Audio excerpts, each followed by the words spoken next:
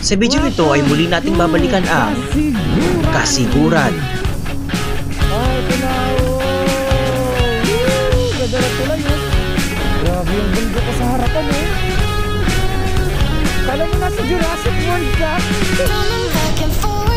Tapos sabay mo magpagay ng klaseng puno. Grabe. Pero bago yan, kailangan muna natin bumiyahe ng humigit kumulang 10 oras bago makarating sa kasiguran.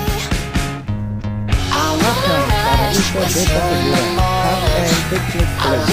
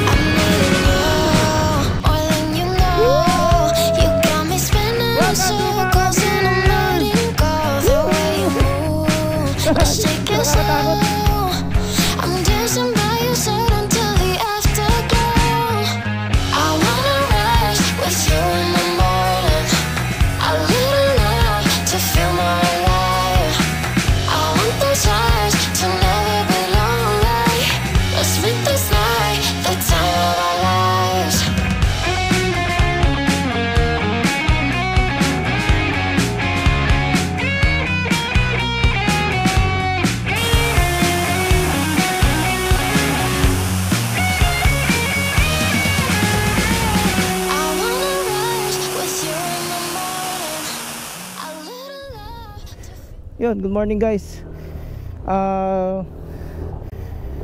Good morning guys, nandito kami ngayon sa Maria Aurora. So currently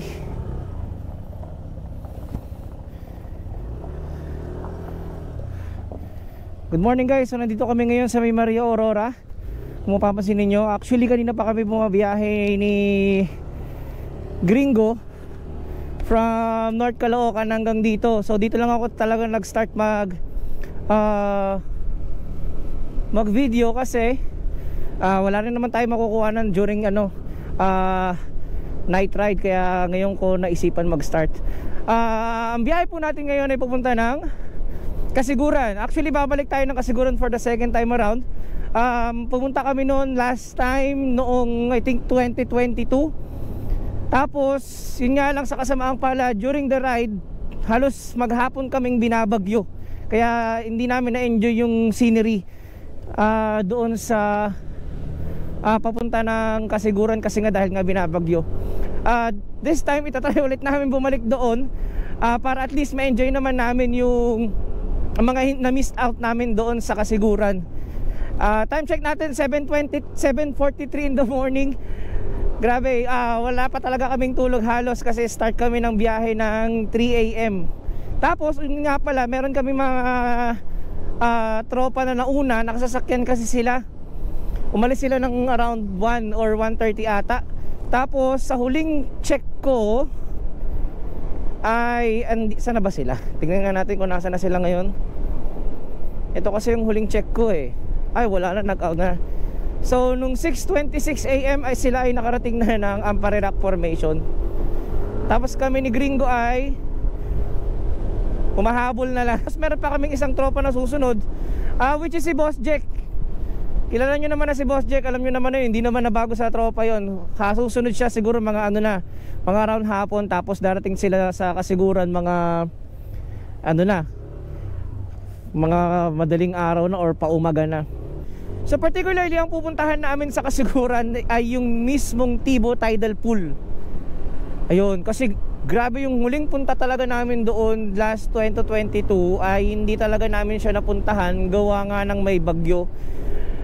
Wala lang yung ibang footage ko, pero meron akong kuha last time na kung saan talagang all throughout binabagyo kami. Tapos yung pupunta na kami ng Tibo Tidal Pool, may mga pagkakataon doon na yung tulay hindi pa gawa, kaya nag-river crossing kami.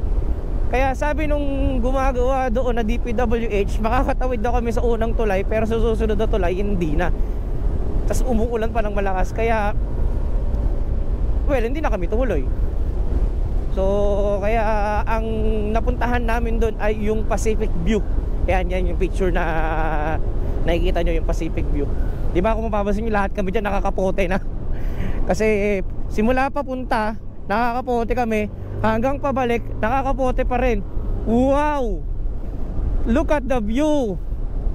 Napakaganda, men. Thankful kami ngayong panahon na to kasi grabe, wala pa kaming ulan na nasasagasaan. Paunahin natin si Gringo para makita ninyo. Gringo, kamay ka boy. Yeah, dikit na dikit. Ayan si Boss Gringo. Ayan, galing pa ng duty yan sa McDo. Tapos wala pang tulog, diretso ride na, let's get it on. Ganun talaga kami mga riders, basta may ride, kahit walang tulog, bakbak. Ayun, so far binabaybay namin ang Aurora Baler Provincial Road at tutumbukin namin yung mismong Baler. So 26 kilometers na lang ay Maria Aurora na. Okay, so update na lang mamaya kapag meron na tayong magandang view.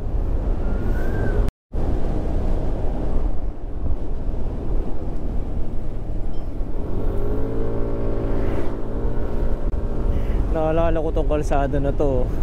Yung pumunta kami ng Kasiguran nun. Grabe yung lahat ng punong nakikita mo dyan. Puro padapa. Kasi nga dahil ito sobrang lakas ng hangin. Grabe, pag ganun-ganun yung mga puno niyan dito ng mga panahon na umuulan nun, no? Grabe yung paano na yun, experience namin na yun. Nakalimutan ko na yung pangalan ng bagyo na yun eh.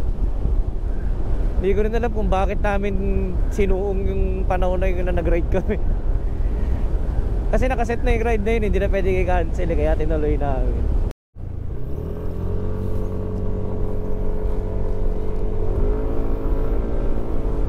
Oh, fog.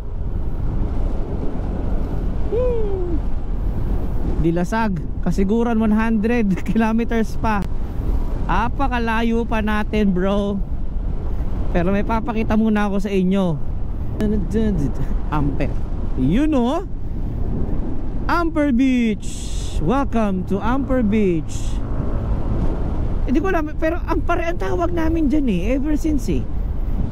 Hindi ko alam kung ano ba talaga, Ampere o Ampare. Paki-correct nga ako, Ampere. Kasi hindi ko alam hindi naman galing sa locals, pero yung mga tropa namin na pumunta dyan, ang tawag talaga dyan is Ampare. Ampere Rock Formation. Pero ang sabi ng mga napapanood kong vloggers is Ampere. Ito na yun, I love Ampere. Oh, I love Ampere. Ayun, so dito na kami sa Ampere. So dito lang muna kami stop ni Gringo saglit. Kasi medyo madilim dito.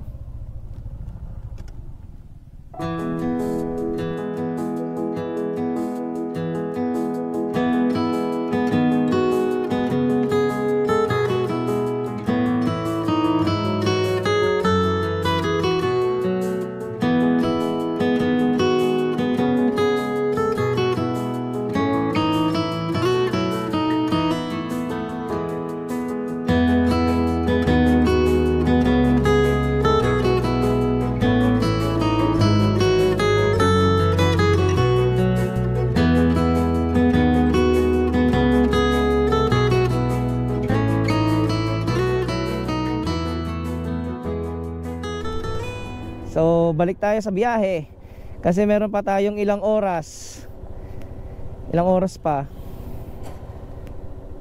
Ay,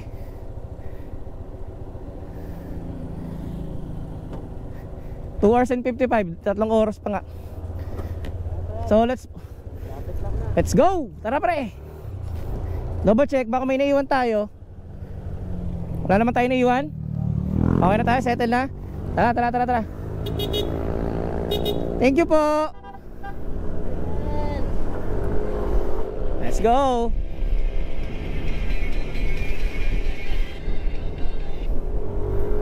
Woo. Welcome to Ampere Beach. Woo, grabe, ganda. Grabe, may ulan dun, oh. Pre, mauna ka naman para makuha ng kita. Dahan-dahan ka lang. Kukuha ng kita. Boss G in the house. Yes. Woo. All throughout ang biyahe, dalawa lang kami magkasama. Grabe yan si Boss G. Isa naman A dyan. Hey. Tuloy-tuloy yung biyahe natin mga pre. Palayo-layo pa, meron pa tayong kulang-kulang 3 oras. Maraming salamat nga pala dun sa mga nakasalubong na hindi ko natanong yung pangalan ni ate. Bigla na, nahiya ako bigla eh. First time ko maka-encounter ng ganun, bigla akong dudumugin eh. Tapos nagpa-picture pa. Hindi ko na nakuha yung picture. Bahala na sila dun. Grabe, napaka-overwhelming naman ng pakaramdam na yun. Okay, balik ulit tayo mamaya. Update ulit. Bounce. Alam ko may magandang tulay dito eh. Ito ba yun? Ah, ito na. Oh! Woo! Ganda na tulay oh. Dibutunan Bridge. Grabe, napakaangas ang tulay na to. Woo! Dami riders sa unahan. Woo! Solid man. Ang haba ng tulay na to. Woo! Woo! Dito dagat sa kanan, tapos pagtingin mo sa kaliwa puro bundok. Solid. Tapos mamaya kita tayo ng puro bundok na. Baka di ko nakuhanan yun kasi paubos na yung laman ng battery natin. Oh, solid. Time check, 9:20 AM. Meron pa kaming 2 hours and 46 minutes bago makarating doon sa Tibo Tidal Pool. Kaya this time dadalian na namin yung takbo. Hindi na kami masyadong ihinto-hinto. Let's go! Yo, harap, balik tayo ngayon sa kalsada. Yo, update tayo ngayon. Hindi na tayo ngayon sa kahabaan ng Dinadjawan Beach. Supposedly dapat dito talaga kami magra-ride. O dito talaga kami dapat pupunta sa Dinadjawan. Pero well, alam niyo naman kami pa iba-iba. Napag-desisyon na ng ilan sa amin na bakit di na lang tayo bumalik na kasiguran. Actually si Jeffrey pala nakaisip nun, no? Pwede bumalik na kasiguran kasi nga para lang mabawian man lang namin. So yun, so ito yung kahabaan ng Dinadjawan Beach. Saan ba dapat kami magbubuk nun? Meron dito na dapat magbubuk kami. Dami din namin nakasalubong na rider yan. Dami ng rider na nakasalubong namin, makaka-uwi na yan. Linggo pa lang ngayon. For information, araw ngayon ng linggo. Kaya pauwi na lahat ngayon ng mga turista. Kami papunta pa lang. Siyempre para mas maganda. Ito na yung famous Dinadjawan Beach. Famous Dinadjawan Bridge. So ito yung Dinadjawan Bridge. Ayan natin kanya. Dinadjawan. Ayan o, Dinadjawan Bridge. Picture kami dati dito noon. Isa kami dito sa gitna. Ayan yung picture ko noon, no? Ayan, napakita ko sa inyo dati kong picture dyan. Ayan. Kata ya? Smash era pa yan, boy. Smash era 2017 yun, kalakasan pa namin. Ano ba yun? Hindi ba yan? Hindi pa to. Dito ata yun yung Elysian. Saan tawag? Sun and Stars. Sa Sun and Stars pala yung pupuntahan dapat na. Villavita yan. Nag-inquire natin kami dyan sa Villavita. Pearl White. Ito yung Pearl White. Punuan din. Pearl White Resort. Ate, punuan ng Pearl White.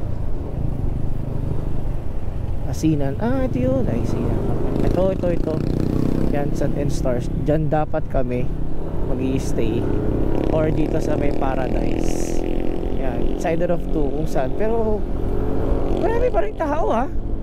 In fairness ka na namin. Sabagay, pa-out na pala yan ng, ng this afternoon. Okay, gets ko na. Pa-out na pala yan ng ngayong hapon. Finally! Welcome to... Ay, malayo pa pala. Welcome to Kasiguran! Wow! Ito tayo syempre at magpapapicture. Finally nakarating din for the second time around. Papicture lang dito sa arko na mabilis, tas bounce ka agad.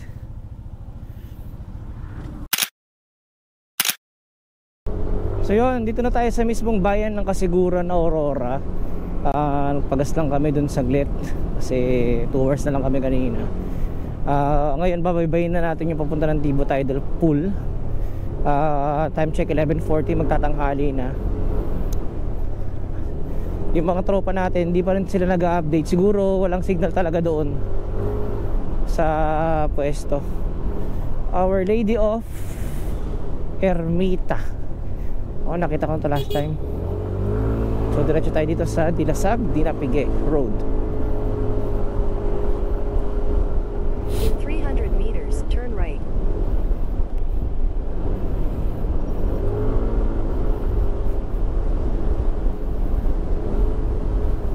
Yan. Meron na lang kami 44 minutes para makarating sa Take Tibo the Tidal second Pool. right. At kakanan po tayo dito sa may Barangay Kulat. Yan. For the second time around, nakarating na ulit ako dito. Continue for 3 kilometers. Isa pang very memorable sa akin yung pumunta kami ng Kasiguran. Itong kalsada na to. Ayan. Di namin na-expect na kalsada, itong kalsada na to. Binabaha pala to na sobra. Yan. Naalala ko to, halos hanggang tuhod namin yung tubig. Yan galing yung tubig, tapos pumunta doon. Naalala ko yung plaka ni Ramon dito nalaglag, tapos hinanap namin dyan. Grabe. Super memorable tong kalsada na to na lagi napapanood ko lang, tapos ngayon dinaanan ko ulit. Ito yung kuha last 2022. Ito yung mga oras na hinahanap na namin yung plaka ni Ramon. So sa kasamaang palad, hindi namin nakuha yung plaka. Ganda ka ba?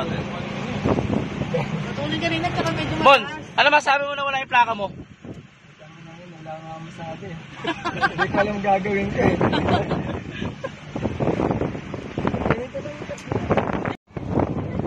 Pre, anong problema na ito? Anong ending nimo? Anong hinahanap nyo? Mon!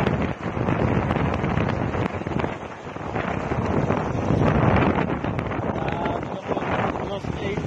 Vroom vroom.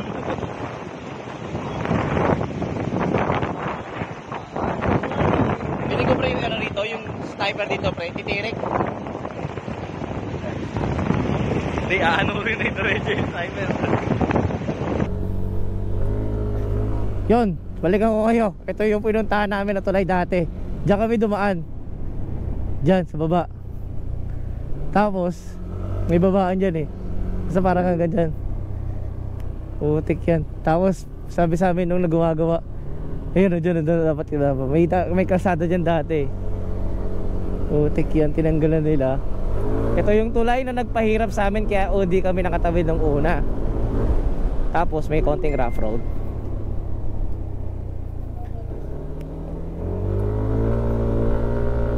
Tribal Community Dipontian. Yun yung unang tulay na nagpahirap sa amin, kaya hindi kami kagad nakatawid. So ito, palaisipan pa sa amin to kung ano itsura nito. Kasi ang sabi sa amin, kung makakatawid kayo sa kalsada na yun, sa ilog, malamang sa susunod na ilog o sa susunod na tulay, hindi kayo makakatawid. Kinabahan na kaagad kami nun kasi umuulan ng malakas. So atrasan kami.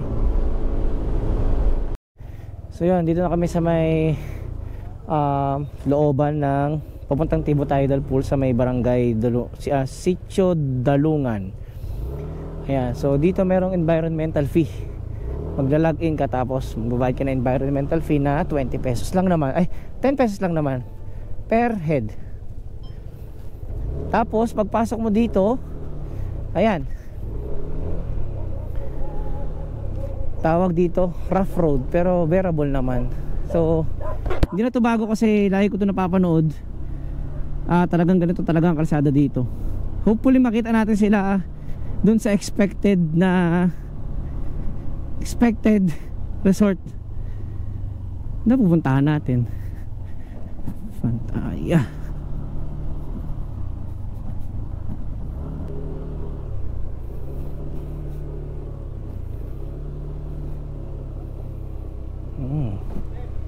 Up.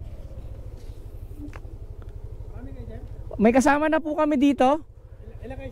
Dalawa lang po kami. May ano po. Pwedeng silipin lang po na namin kung tapos balikan na lang po namin. Sige po.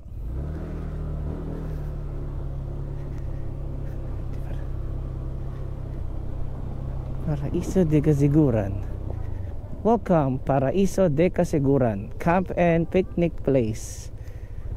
Lipin natin kung nandito yung Everest na low tide. So, marami pang tao.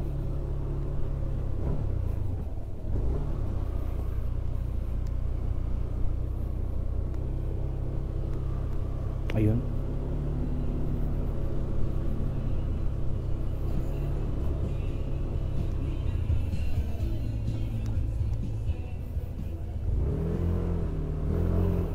Ang mga kaibigan kong sumakses. Touchdown.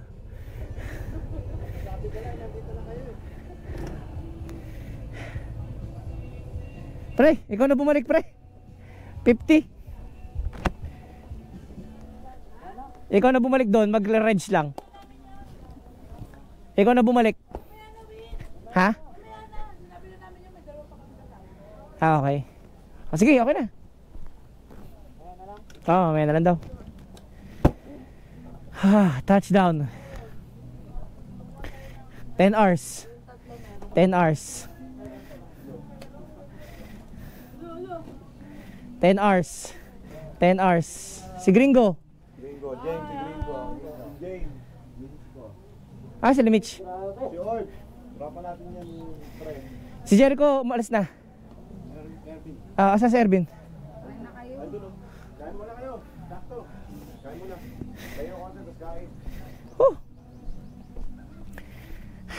Okay mga kaibigan ko sumakses. 10 hours. 10 hours. Success. Welcome to Paraiso de Casiguran. Basta yun na yun. Go. Sila Ervin. What's up? Dito na kami sa Tibo Tidal Pool. Walang piso ay. Tibo Tidal Pool. Layo eh. Hindi, aabot, meron din doon router din. Aabot pa rin. Wala kaming narentahan na aircon. Kaya ang tawag dito sa ano na to, Nipahat? May pa-room. Nipa room. Worth, magkano pre? 3,000? 3,000. Pwede na. Kasi nga lang, puro electric fan yung nandito. Abot na. Chilling with the gang. Bumaba kami ngayon sa ano? Sa backyard. Bunga na santol ha. Pero dapat na. Backyard ni ano? Ni Don. Don Boss G. Don Boss G. Ayun. Kasi anong ginagawa natin pre? Nag-iihaw tayo ng malaking isda. Salmon. Salmon Tagalog. Salmon Tagalog. Isda. Pipiliin ko babae P6. P6 ako. Wawalan ka ng ano eh. Wawalan ka ng pang happy-happy mo. Malas siya dyan sa babae na yan. Basta ako P6 ako. Happy naman ako sa P6. Ay, excuse me. Sarap. Nakakarating nga ako dito eh. Gamit yung Alam mo yun? P6 ko eh. Bumiyahe ka ng 10 oras para lang mag-inom. Hey! Mga lasinggero. Pero sulit. Tingnan mo naman yung kinakain namin. Kasinggero! Ewan ko ba kung anong tawag dito sa kinakain namin. May bread. Pupunta ng Kasiguran. Tapos papalamanan mo ng mga ganyan. Ano ba tawag dito, Sir Jason? Or ano ba tawag sa mga ganito?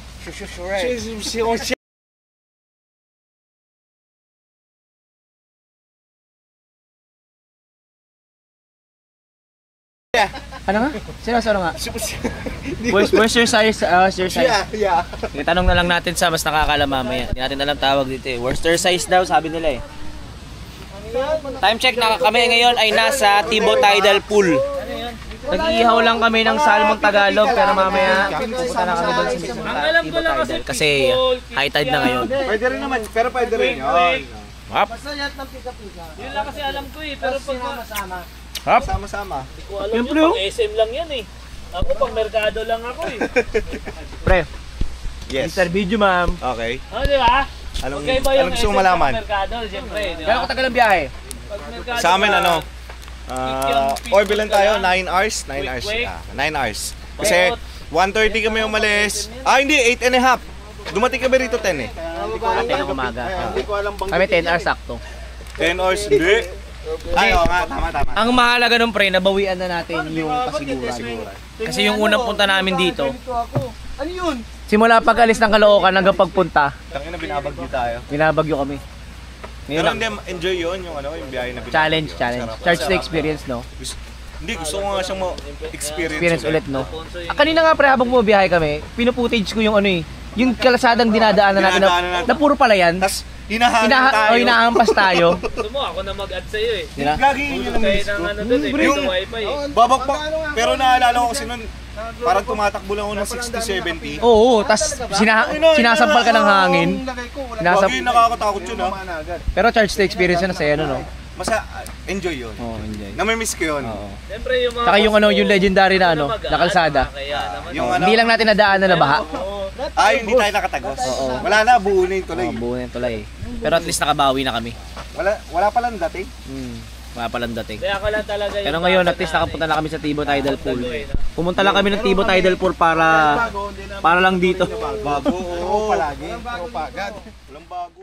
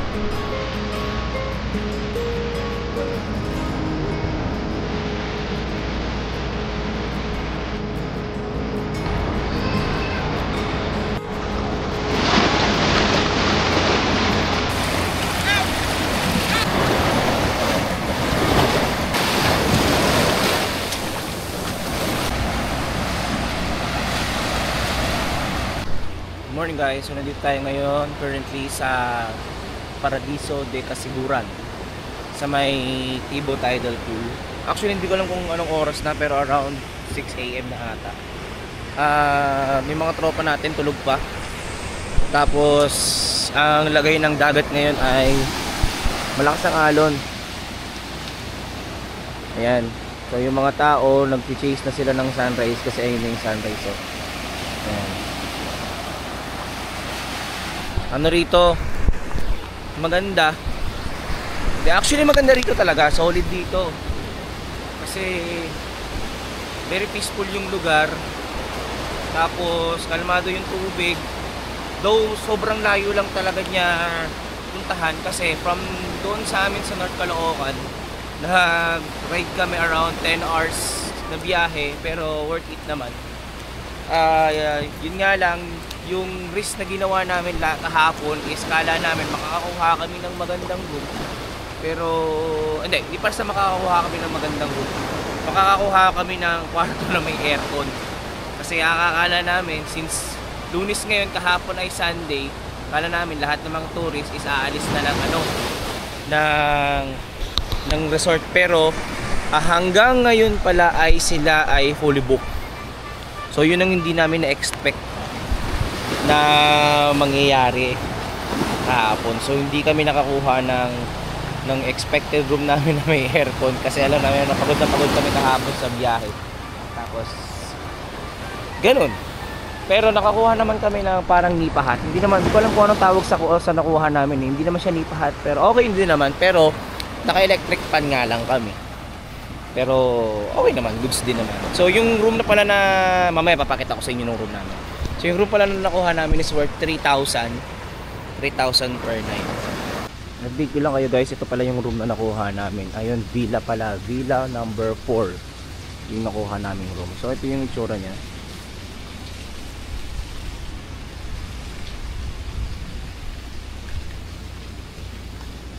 Yan. Malaki din naman kasi almost 10 kami lahat. Kasya naman. Ilan tayo ba tayo lahat? 10? 12? 8 kami doon. 9, 10. 10. O, kasya naman. So, ito yung mga motor. Dalawang motor lang kami nagbiyahe. Si Gringo at saka ako. Tapos isang nakasasakyan. Sila Sir Jason. Ngayon, pakita ko sa inyo yung loob kasi madumi pa eh.